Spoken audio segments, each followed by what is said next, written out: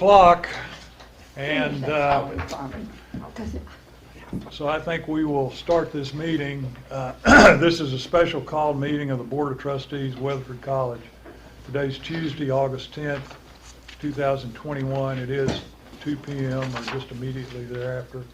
We're in the Alene Strain Community Room of the Doss Student Center, located at 225 College Park Drive, Weatherford, Parker County, Texas, to consider and act on the agenda that's been posted. We do have a quorum, so we will move to call the meeting to order, and I will ask Mr. Baker to give the invocation. Yes, sir, be happy to. Please bow with me. Lord, we're again very thankful for all the ways you've blessed this college. We have more evidence of that every day. We thank you for the students that are coming. We thank you for the resources you provided. Thank you for our board. Please be with them as they deliberate and as we enter into a brand new academic year. In your name we pray, amen. Stand with me and I'll lead us in the pledge. I pledge allegiance to the flag of the United States of America and to the republic for which it stands, one nation under God, indivisible, with liberty and justice for all. Thank you very much. Be seated. Second agenda item is a budget workshop, and I will call on Dr. Cantrell to conduct our workshop. How are you today? I'm very good. Thank you, ma'am. I appreciate the opportunity to let you share our work with you, that we've been busy since, I guess, probably last year at this time. It never stops. But looking at the 2021 budget, I'm going to speak at a pretty high level as far as, and this summary right here will help guide you through the presentation. This budget year has been a very strange year for everyone, I think. Known as the year of the pandemic, at Weatherford College, it's just been used for a year of transition, hard work, and a springboard for enabling a brighter future for the success of our students. Today, I want to start out, instead of talking about next year, I want to talk about the work that we've completed this last year that's enabled us to go into this coming year. We've done a lot of work. I know Dr. Farmer has pushed us hard, which is good, and we're very proud of some of our accomplishments this last year. And three of those things, we've added 3 new programs: Bachelor of Science degree in nursing, and a Bachelor of BAAS degree in organizational leadership, and are working on a Bachelor of Technology right now for in the medical area. And education is coming. We acquired the Kingsley building last fall. We worked on it all year long to get it where it should be, to hopefully to have our open house soon. And even through a ice storm that we came through in February, $444,000 in repairs. We're still here to tell about it. We installed AstroTurf in the baseball field. It's at 4 o'clock today. I'll do the walkthrough on that. We're completing that. We, in the HR area, I know they've worked very hard on salaries. They've worked very hard with personnel. They've helped us to go in and look at programs, and we did the early retirement incentive. Early retirement incentive was very successful and put a lot of money back into the budget. It enabled us to move forward this coming year. We have revised the starting salary. I don't have a copy of that right now for faculty starting salary. But we will be bringing that to you with the final budget for approval. This will help us, this new schedule will help us become more competitive with other colleges around us. We've been behind the mark and felt it's time to raise that. We passed a $30 million revenue bond, which was very exciting. Dan and I were sitting in a construction meeting last week, and they told us we timed this just right, because if we hadn't gotten started now, we would be looking for a 10% increase in cost and 2% for each month that followed right now. And if we probably would have had to wait another year to even start. So by pushing forward during this last year, it enabled us to get where we need to go and have buildings ready, new classrooms ready for students that are coming. I also wanted to point out, there are many other things that I'm probably gonna miss, but just some of the exciting things. We had the CARES Act funds that came in. I call it HERF 1, 2, and 3. The girls in the office just have it labeled under CARES Fund. There's been so many different names of the different, and I will talk about those amounts that we've received, but they've enabled us to do a lot of things. That they provided PPE supplies for us through the heavy part of the COVID. I have a feeling with it gearing back up a little bit, we're gonna be buying some more. We've even done renovation with some of those dollars in the partitions for the immense building over there. We paid for that with that. In other areas in the student services area, that the things that we're fixing to do in there, I think we'll be able to use some of those CARES funds for that. And then I'll talk more on what we plan to do this next year with those funds. On the other side of the house, of the student services side, Donnie Purvis has paid out roughly $2,500,000, I believe, already to students that have enabled them to pay tuition and fees and other things, and we've got more to come. And the final thing that I know you all that I brought to memory is the new bus that just arrived not too long ago, sitting on top of the hill, a 37-passenger bus that will operate for the college-wide and hopefully fit the needs of our golf and tennis program, but also anyone on campus for clubs, for agriculture, or any other programs that need it. It's scheduled out of the police department now, and we'll have a driver on standby at all times if needed, and which we will need a driver because it has to have a special license to drive this bus. But with that, I just wanted to point out how hard we have worked. We've continued to work, to begin with from home, and then transitioned, and we've gotten through this thing, and we're better prepared for it, I believe.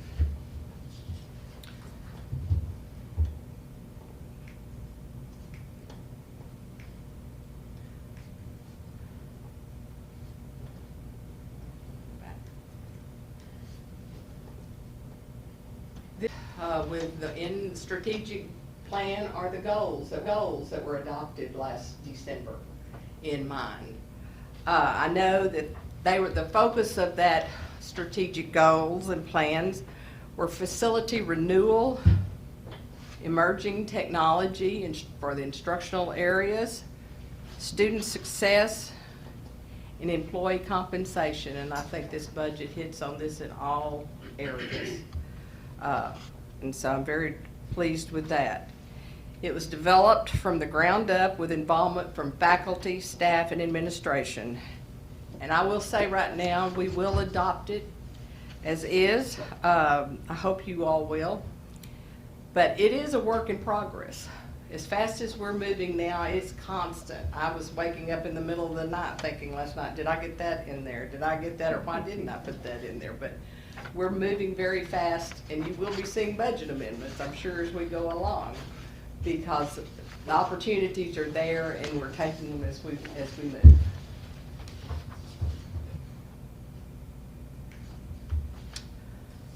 Now I'd like to go into the highlights of this proposed budget, and they include, this budget is prepared with an emphasis on the guided pathways and student success.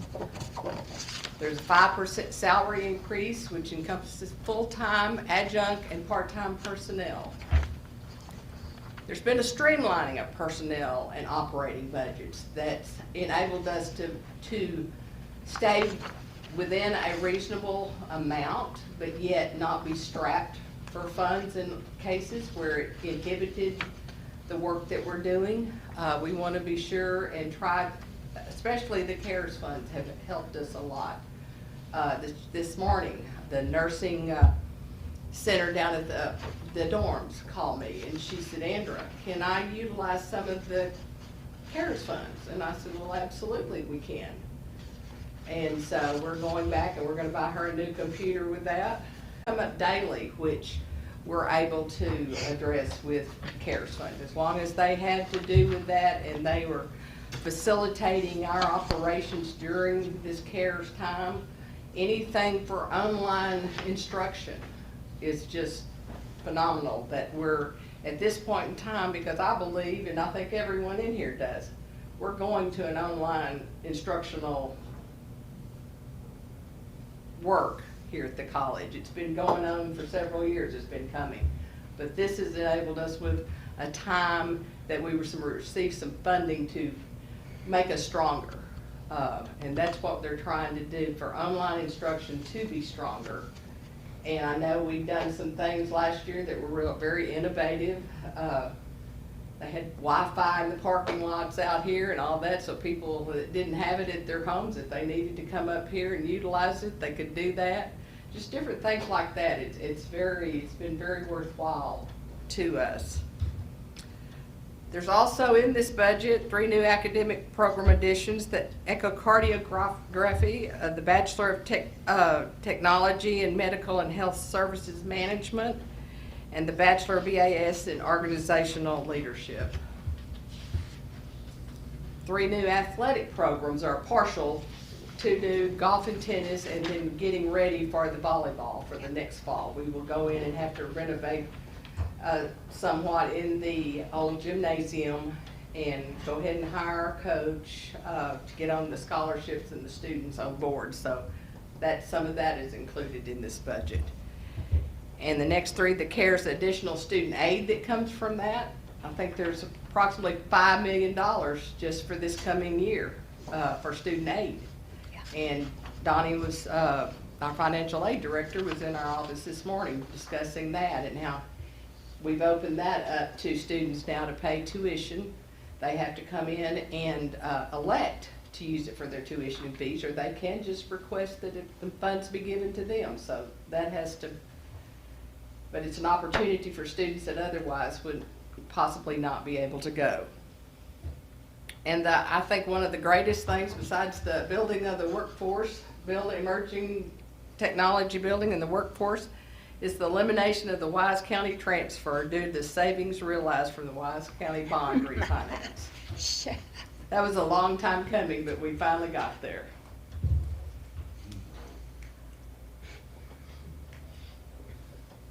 I'm going to refer to this page that I've been to go many times during this presentation, and that is just a summary of our budget.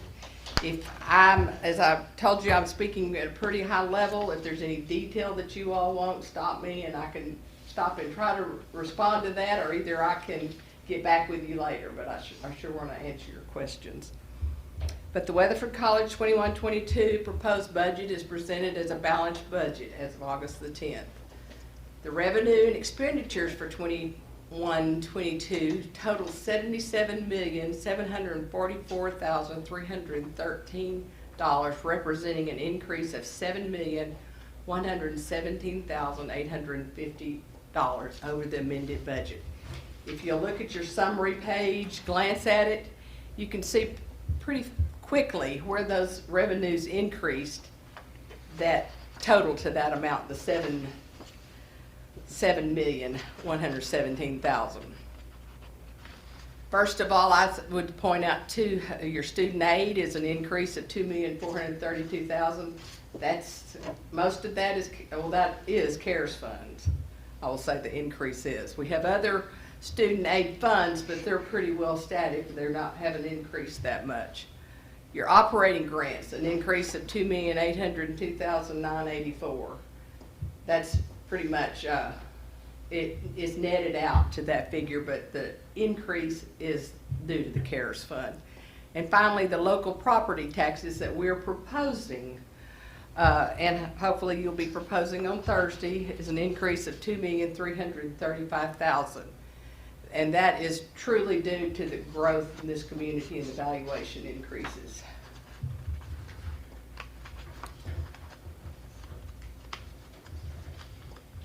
And that's that same page.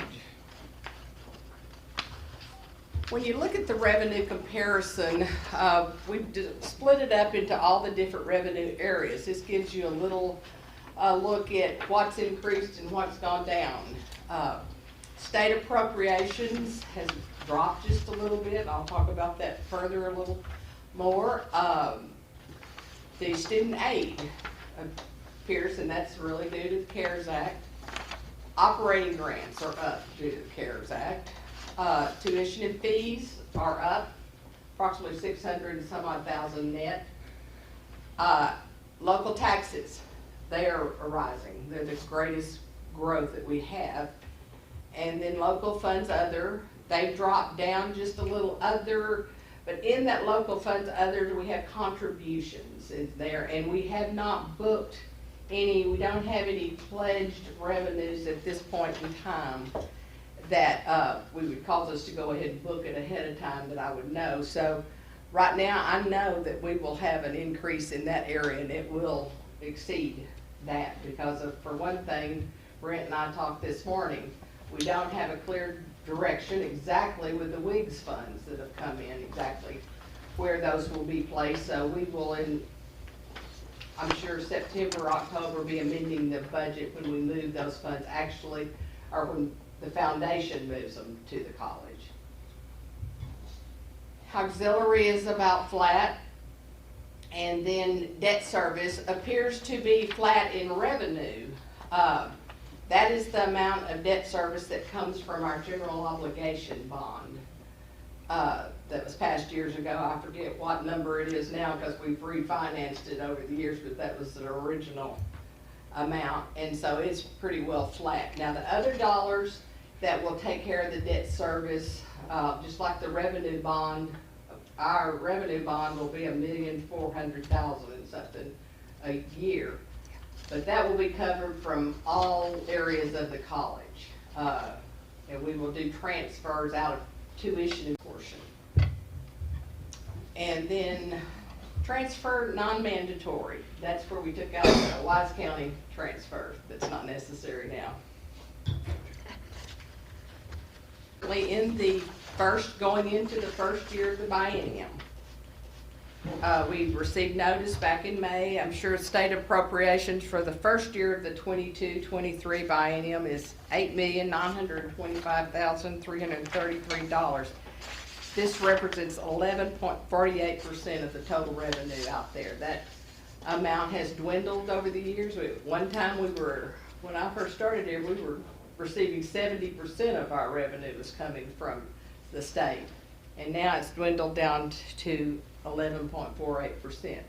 Although I will say, with some of this shortfall in, we lost just a little bit. We did really very well with our appropriations during account year, because the account year ran from March of last year to February of this year. And that's how we get paid on our contact hour funding. So to have been through the pandemic area, we really did very well. We lost a net $134,345 for each year of the biennium. When you look at it,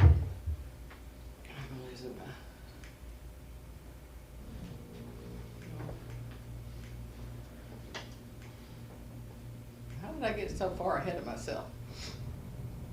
I must have hit something wrong. Sorry. How am I going backwards, Larry?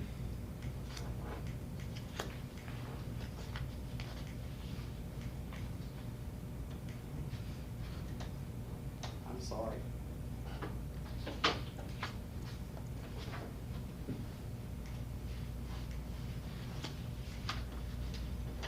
Larry, you may have to come. No. Here I go. I'll catch it. The state appropriations the first year, the 87th legislature, as I said, we lost about 267,000, I believe. And the appropriations are broken down. If you look at this, it was impressive to me to see our core operations stayed the same, 680,406. Our student success points, which we were talking about, Arlene, for our plan, our goals, student success increased from $1,400,000 from the $967,298 2 years ago, which was $433,000 increase on that. So that tells us we're doing our job. These students are completing. The contact hour, once again, that was based on that count year. We are down in that area, 6,844,000, down from 7,411,000, a 567,000 shortfall, but it nets out to the $134,000 loss. But that $567,000 shortfall, good news is, I believe, and I'm going to research this further, and I'll probably have to request approval from the feds, but I believe, talking with other people, I can take that shortfall on our appropriations for this first year and take it from CARES funds, so, for that contact hour funding. So that's another good thing about the federal dollars that we're receiving.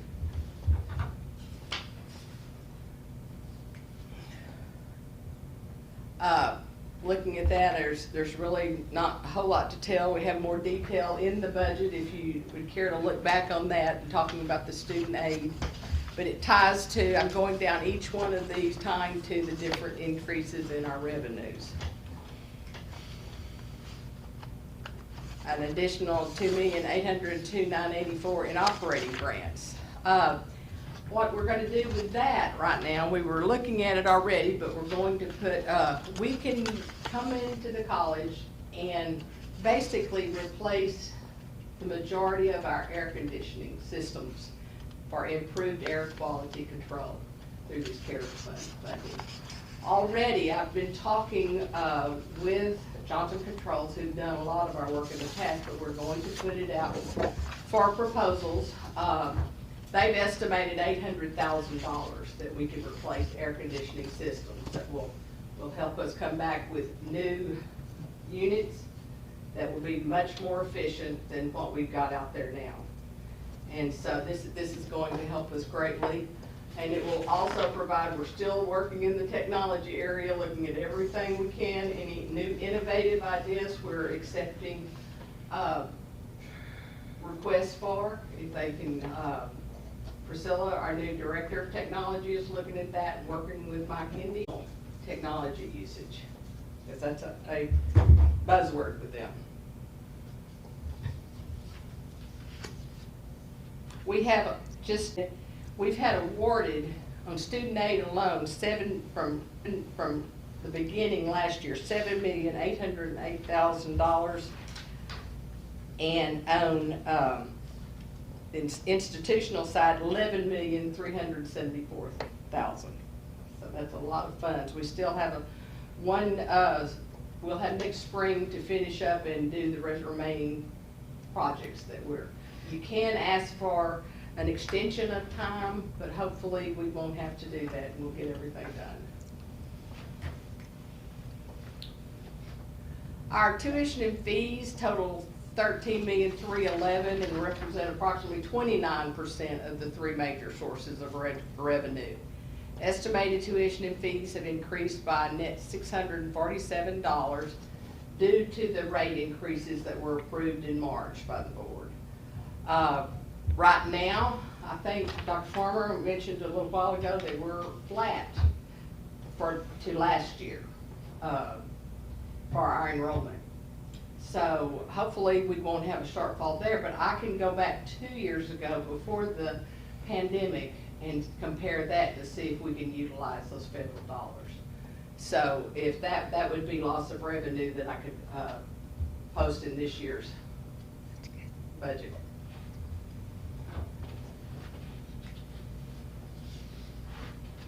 Local taxes.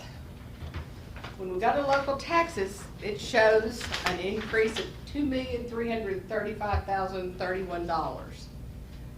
That is made up of, and actually in our audit on this, we showed both Wise County and Parker County taxes in this line item, but in the audit that you will see, they actually break the Wise County branch maintenance tax into other revenue, since we don't actually assess that tax here at the college. But Wise County, they are showing an increase of $20,900.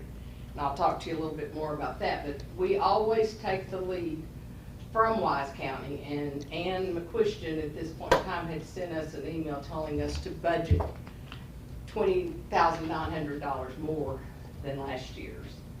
I know that they, I think that would be a reduction in their rate, and it possibly is the reduction that they're looking at the other for Wise County.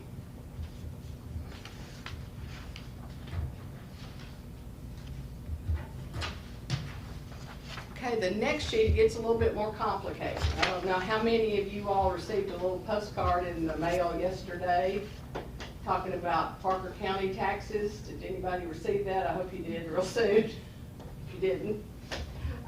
Talking about the no new revenue rates, the unencumbered funds and things like that.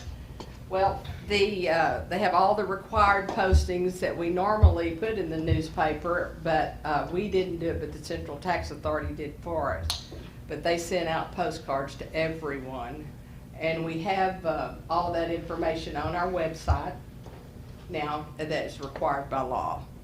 The Parker County total taxable value certified on July 21st is $17,923,681.369.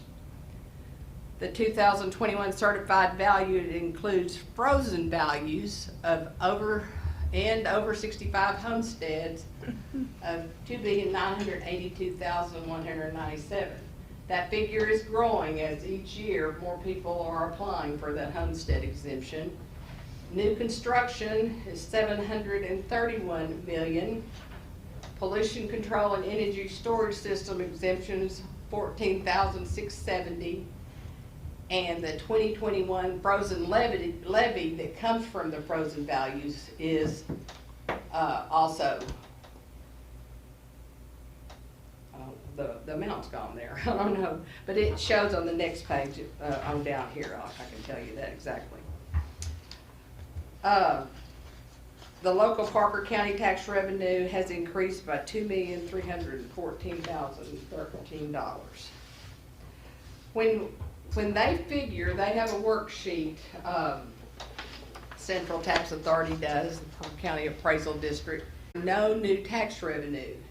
That revenue, they deduct the adjusted tax values minus the new improvements, and then they go in for a calculation to see what amount of revenue it would call for to get the same amount of money that we had last year compared to adjusted taxes. And so last year adopted rate was 0.12535,816. The recommended rate for 2021 is 0.122476, representing a 7.47% increase over the NNR tax rate, the no new revenue. The total tax levy for 2021 will be $20,879,107, excuse me. Budgeted at 98%, this equates to $20,461,000. The recommended rate of 0.122476 will be sufficient to fund the 21-22 budget and will not exceed the voter approval tax rate of 0.122774. That voter approved tax rate is 8% increase. So we are staying under that rate for the second year, but the tax rate is under the rate that was adopted last year. On that next page there, you see a analysis. and this is from 2012 to 2021. And see, the growth has been tremendous in this county.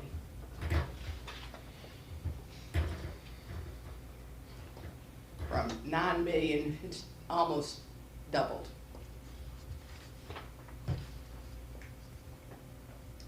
This is, sheet would be helpful if you're having a hard time understanding exactly how it's figured, these numbers are figured. And I did this for us to make sure there is no question on whether we're exceeding our voter approval tax rate or what, but it lists all those figures that we received from the Parker County Appraisal District, listing the total taxable values. And then you have to pull out the pollution and energy SS exempt. Then you have to pull out the frozen taxable value. And then the total taxable value that you figure that out is $14,941,469,402.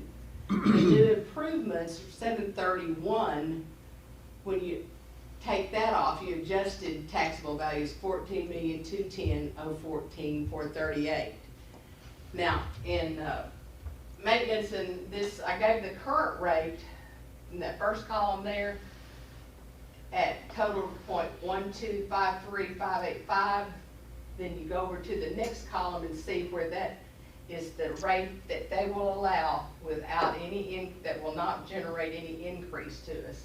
So that is .113963.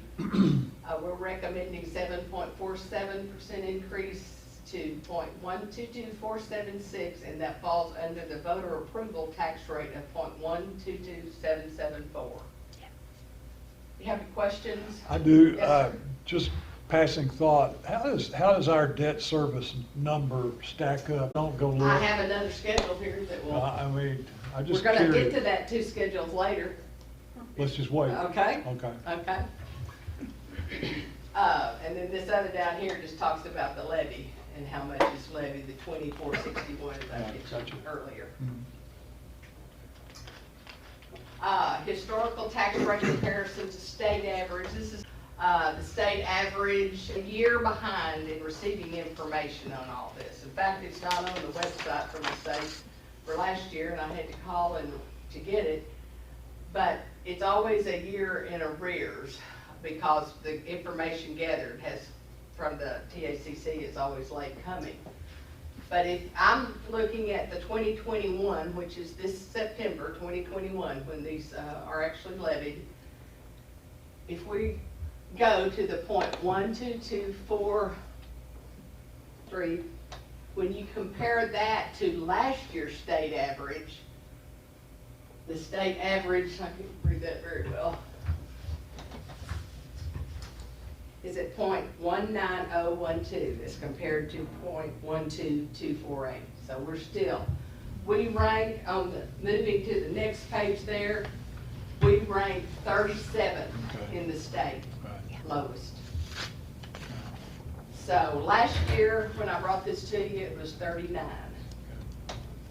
So we've moved a little bit, but coming up a little bit with our increase last year that we had. But in there were several colleges that didn't do anything with the COVID and everything else last year. We're being very conservative at that point. That's how we stand. The Wise County branch maintenance tax, the 2021 estimated total taxable value is $8,965,000 and includes the new improvements. I won't go through all of that. For taxable value still under protest, they have several still under, and this represents $864,241,000 increase in value over the 2020 certified taxable value of $8,100,859. And then currently she has requested that we budget at this point in time $3,514,000.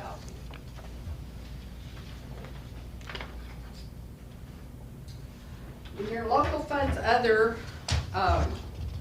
area, I just wanted to tell you, local funds other, we show a negative $542,550. Those funds come from sales from educational departments, investment income, contributions and gifts, facility rental, disposal of fixed assets, indirect income, and other. And this is the area that I'm saying right now, it shows to be 542,000 decrease. But I know investment income is down, there's no doubt. We know investment rates are low. But with the increase in contributions already that we know will be coming in the fall, we will surpass that. We will not be down from the WIGS gift and others. I'm sure Brett's been working hard for us. And the indirect rate, we can charge indirect rate on those Fed funds, not on the loss of revenue that we use for loss of revenue, but any of the other uses like when we do the technology addition, we can charge indirect revenue to the state, indirect income to the state to offset that. And we have a very high rate of 40%. So that will work out for us very well, but we have to wait to see how we utilize all of those funds to the end before I wanted to book that.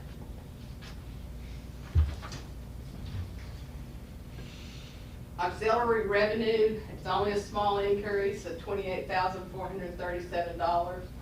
All of these areas are included in auxiliary revenues. I didn't list all the amounts of revenue at this time, but since it was such a small increase, but those are the areas that, if anybody's interested to see what we make in any of those areas, I'd be more than glad to share that with you later.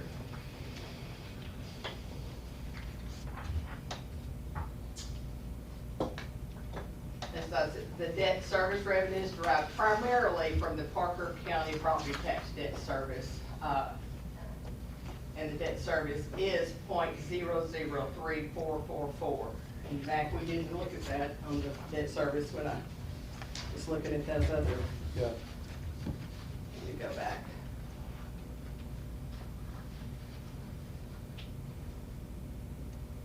Okay.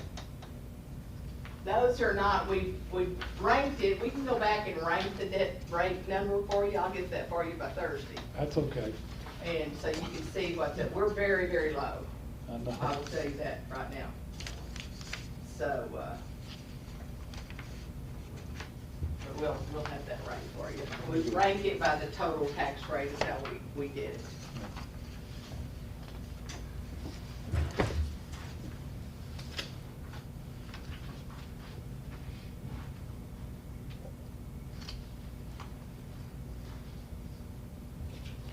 Now moving to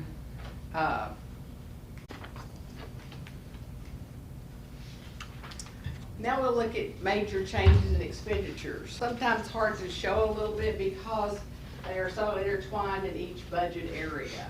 You can't just say, let's look at governing body of the institution and look at salaries. But what we try to look when I do these presentations is how much are our salary increases. We have 5% salary increase for all full-time employees, and all employees. I think I failed to get the adjunct and part-time. $774,258 plus the $135,000 for the adjunct and overloads.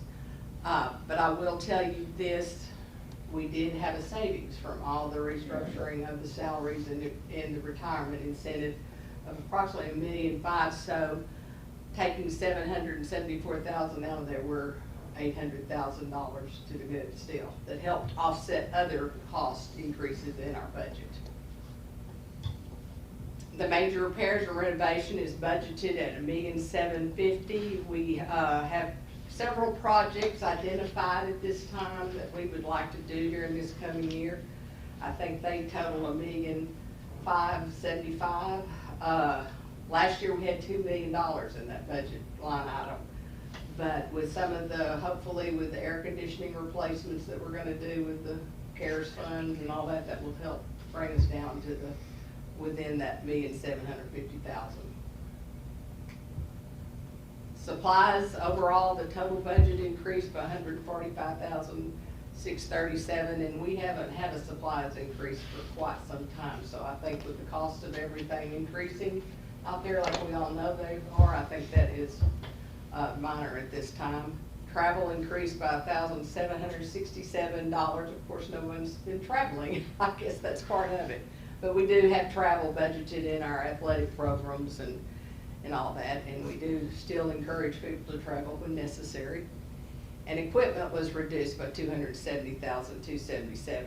Some of that fell back into the technology, equipment and technology, and some of the Perkins funds and other things that offset that equipment, because those aren't included there. The 6 new programs, total expense on those, it's 3 new programs. That's not, that's a typo, I'm sorry. 650,000 operating grants were increased, and then debt service has been increased by, total debt service for the college is $1,455,000. But minus that debt service portion that we get, we're approximately $900,000 that's been having to be transferred from other areas of the budget to offset that debt service at this time.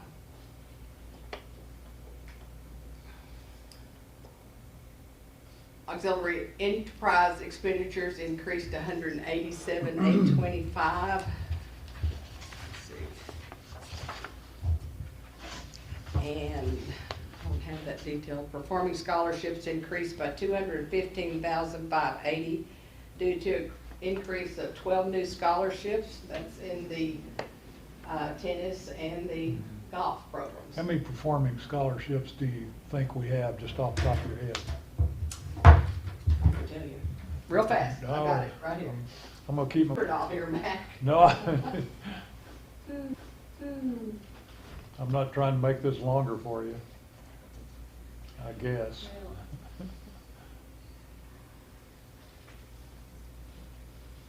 We should have.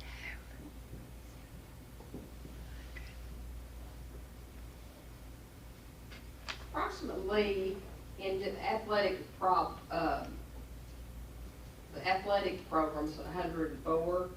But then we have art, cheerleading, Yeah. choir, drama, jazz band, room advisors. Right. Those aren't all full scholarships, so it's just a set amounts that are added there. That's a bunch. That's a bunch. Yeah. Bunch. They contribute back. I like it. Thank you. Are there any other questions? Art- Well, utilities, we are shutting down the Mineral Wells campus. That's going to enable us to have quite a bit of savings, hopefully in January, February, when we get that moved. And we had over budgeted last year, which caused us to have an over amount. We didn't go up as much as we had, so that the net was a reduction. I questioned that too, but we're working on that. On the CARES funds, so is there anything in there that like is committing us in the future that when they may not be there anymore? Or, you know, I know some of it's one-time stuff like for AC repair or replacement and then it's finished, but is there anything in there that would commit us in the future of having to pay for something that when the funds may not be there anymore? Well, and the funds, this will come to an end in March of next year. Next year, spring. And is that how long we have to use them? We did not pay for anything that's a continuing Okay. cost, like the technology equipment and all that. I mean, it may be something that normally we would have had to buy, Mm-hmm, but we were already, it allowed us a savings Sure. this year. yeah. So, with that in mind, I've been able to offset a lot of things, but I think we're comfortable and conservative in our, Yeah. budgeting. And that we have till the spring, you said? to Yes, use those? and then even there's another year extension if you justify it, if we don't complete everything. Any other questions for Dr. Cantrell? Any other comments, Dr. Cantrell? I don't have any. If you all have questions, if you review this in the meantime, by Thursday, we will propose on Thursday that we go to that new rate. And we need to set a time and a date for a hearing and a place. And that will be on the 23rd. Okay. and then on the 31st, we'll come back and adopt the budget. Right. We will have, there's several advertisements that will come in the meantime, that it's very timely that we get the advertisement out correctly. But I know on that hearing, we has to be on our website at least 7 days before the hearing, and 5 days advertised, I believe, in the newspaper. So that timeline will work. Yes. That's great. Well, thank you, Dr. Cantrell. Dr. Farmer, any comments? Yes, Mr. Chair, I want to really praise Dr. Cantrell and her team. It is fantastic that we've been able to cut the tax rate 4 out of the last 5 years while simultaneously adding additional resources and new programs and raising our salaries. And I really applaud her and her team, and also our faculty and staff. I would like to briefly point out that dramatic increase in Success Point funding that's a direct result of all of the hard work of our faculty and staff and our student supports, and it's evidence that our Guided Pathways initiative is bearing fruit. And so again, congratulations and thank you, and please send that praise back to your I team. will, and it takes the whole team. It does. Thank you, Dr. Cantrell. Thank you. Anything else, Dr. Farmer? No, sir. Moving to agenda item number 3, it's my understanding that there are no issues under any of the subdivisions there that we need to consult with or deliberate or discuss. And so that moves to number 4. Agenda item number 4, consideration possible action, real property. Somebody's going to have to enlighten me here. We have no action on That was agenda gonna- item 4 or 5. Mr. Okay, Chair. that's right. So because of the way we disposed with number 3, number 4, number 5, there's no action to be taken on number 5 as posted, and so that moves us to agenda item number 6. Is there a motion to adjourn? I so move. Is there a second? Second. Motion second. All in favor, say aye. We do good work. We're adjourned. Thank you very much. I need Thank to you see so the much. rest of that story. He's really tough. I didn't like it.